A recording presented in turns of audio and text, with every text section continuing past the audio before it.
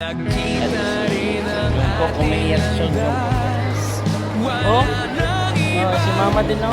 Oh. Alright mga guys, sa wakas no, makakauwi na rin after 3 years ng trabaho. Ngayon palang uwi, so wala talagang tulog. Medyo excited talaga naman pala yung pag-uwi, feeling na gumuwi. So inatid pala tayo ng kapitbahay natin, si Mark, kasama yung anak niya. Since na ka-flat ko lang naman at may sasakyan naman siya na lang binayaran ko. So ito na nga tayo, yung mga landmark na hindi ko pa napuntahan ito sa Bahrain. So diretso na tayo sa airport, kaya excited na kaayaw. So diretso na tayo sa check-in baggage para masampa agad. Maaga ako nakarating dito kasi di ko alam kasi kung ano yung mga kailangan kong gawin. At least maaga, kung may mga kailangan, may problema, medyo malabilis ka magagawa mo pa naman kaagad. So dahil mahaba pang oras ko, umikot muna ako dito sa duty free na mga tindahan na to. So mas mura pala ito, alak lang kasi naman yung ewan ko sa ibang produkto, alak lang kasi tinignan ko. Ngayon meron pala siya dito mga alak na mga mura lang, o yung mga naka duty free yan. So mura na yan, kaso wala na akong dalang pera kasi na ikasura ng peso So natira na lang sa akin talaga na lang, 10 BD na lang. Dito mga minimum dito nasa, so siguro magdala ka na sa sunod na pag-uwi, magdala ka na at least 100 BD para meron kang mabibili mo siya kung ilang gusto mo. So yan, diretso na nga tayo dito sa kasi medyo wala naman kung mabili kasi. So bilisan natin dito na tayo sa waiting area sa boarding gate. So dahil gumagalaw na, sumabay na tayo sa ayos ng galaw.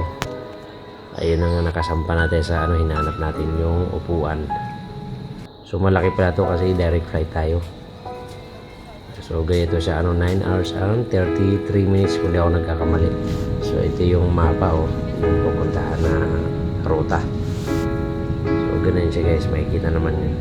So dahil nga time na naman kainan, kumain tayo, kain lang.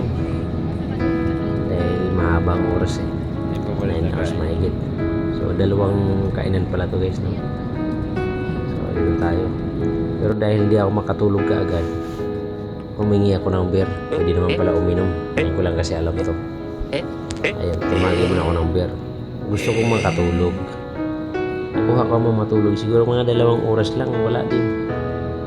Kaya wala ring effect yung effect lang sa 2 hours lang siguro doon ako tulog. Yun na nga, dumating na tayo. Pero mga kasama natin excited na lumabas, di pa nga pinapatayo lumalabas na sila, excited. Sa ako naghintay ako dito, kaya na gano'n. So ayun na guys excited nang lumabas. Diretso tayo sa sa fingerprint tsaka scan ng mukha sa immigration. Tapos diretso kuha ng mga luggage. So ito lang ang pinaka the best yun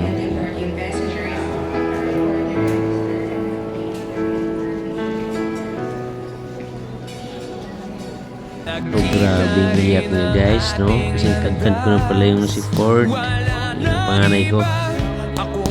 Ayan si mama niya tapos yung bunso ko din ganoon din siya ang nakakita sa akin.